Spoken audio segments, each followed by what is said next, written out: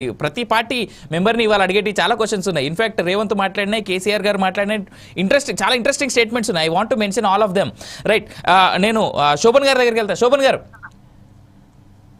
నమస్తే అండి. అయితే కేంద్రంలో నరేంద్ర మోడీ సర్కార్ అయినా, రాష్ట్రంలో కాంగ్రెస్ ప్రభుత్వం అయినా, నిన్నటి దాకా పరిపాలించిన బీఆర్ఎస్ పార్టీ అయినా రాష్ట్రంలో అవకాశవాదంగా పోటీ పడుతున్న పరిస్థితి మనం వీళ్ళ మాటల్ని చూస్తే మనకు కనిపిస్తా ఉంది.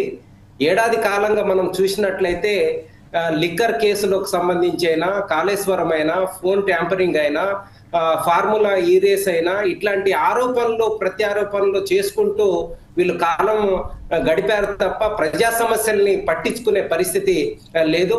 మనకు మూసీ ప్రక్షాళనకు సంబంధించి చూసినా, అదే రకంగా హైడ్రా సమస్య చూసినా, వికారాబాద్ లో రాడన్ ఏర్పాటు విషయంలో చూసినా, కాంగ్రెస్ అయినా, బీఆర్ఎస్ అయినా, అదే రకంగా బీజేపీ అయినా, మూడు పార్టీలది ఒకే దారిలాగా మనకు మొత్తంగా చూస్తే కనిపిస్తా ఉంది. వాళ్ళు ఆరోపణలు ప్రత్యారోపణలు చేసుకోవడమే తప్ప ప్రజా సమస్యల్ని పట్టించుకునే పరిస్థితి మనకు చూసినట్లయితే కనిపించట్లేదు. మన రాష్ట్రంలో చూసినట్లయితే వ్యవసాయ కార్మికులు అనేకమైన ఇబ్బందులు పడతా ఉన్నారు. ఈ రోజు కౌలు రైతుల్ని గుర్తించాలనే దాని గురించి కౌలు రైతులు ఆందోళన చేస్తా ఉన్నారు. అసైన్మెంట్ భూములకు సంబంధించి దానికోసం రైతాంగం ఎదురు చూస్తా ఉన్నారు. కార్మికుల చట్టాలకు సంబంధించి వాళ్ళకు హక్కులు కావాలనే దాని గురించి వాళ్ళు ఆందోళన చేస్తా ఉన్నారు.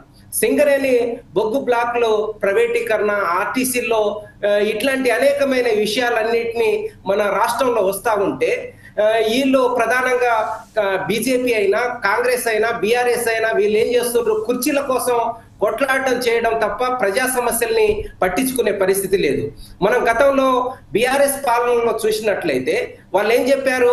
3 ఎకరాల భూమి దళితులకు ఇస్తామన్నారు. దళితులకు భూమి ఇవ్వలేదు. కేజీ టు పీజీ విద్య అన్నారు. కేజీ టు పీజీ విద్య అందించలేదు. ప్రభుత్వ ఖాళీలన్నింటినీ భర్తీ చేస్తామన్నారు, భర్తీ చేయలేదు. అదే రకంగా పోడు భూములకు సంబంధించి హక్కు పత్రాలు ఇస్తామన్నారు, ఇవ్వలేదు. డబుల్ బెడ్రూమ్ లో ఇట్లాంటి అనేకమైన వాగ్దానాలు చేసింది బీఆర్ఎస్ పార్టీ. కానీ ఏ ఒక్క వాగ్దానాన్ని ఇప్పటి వరకు పూర్తి స్థాయిలో గత బీఆర్ఎస్ పార్టీ ఫుల్ఫిల్ చేయలేదు. ఆ పరిపాలనకు సంబంధించి గతంలో బీఆర్ఎస్ పరిపాలన అహంభావం వీటన్నిటిని తిప్పికొట్టి కాంగ్రెస్ పార్టీని తీసుకొచ్చారు. కాంగ్రెస్ 6 గ్యారెంటీలను ప్రకటించింది.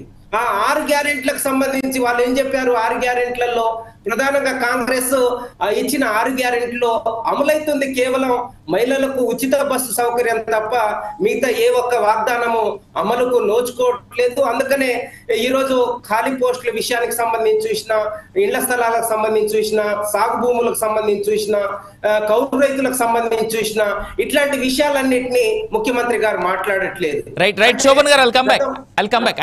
కాబట్టి ఈ సమస్యలన్నిటి అనేకమైన ఉన్నాయి. వీటిని మాట్లాడకుండా ఆరోపణలు ప్రత్యారోపణలు చేసుకొని కాలయాపన చేసే ప్రయత్నం ఈ రోజు ఈ పార్టీలు చేస్తా ఉన్నాయి. రైట్ శోభన్ గారు, I'll come back to you. నేను ఇప్పుడు కాంగ్రెస్ నేత దగ్గరికి వెళ్తా, భీమరావు నాయక్ దగ్గరికి.